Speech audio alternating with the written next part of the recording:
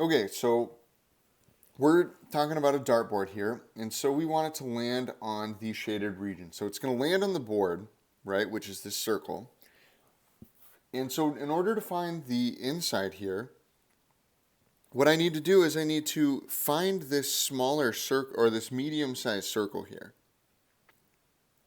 And so this looks like it's got a radius of 4. So the area of the shaded is going to be equal to the area of the medium circle. But we have to be careful because we're going to have to subtract out the area of the small circle. So area of the medium circle is just pi times 4 squared. Area of the small one is pi times 2 squared. So the area of the shaded is going to be 16 pi minus 4 pi, which is 12 pi.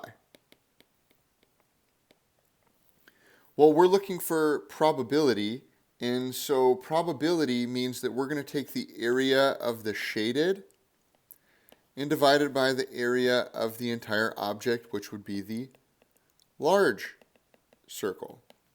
So this is 12 pi, and the large circle is going to be pi times 8 squared, because that's the radius.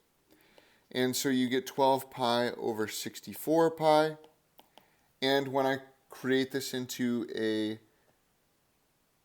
decimal here, I'm going to do this on the calculator. So 12 pi divided by 64 pi, and you get 0.188.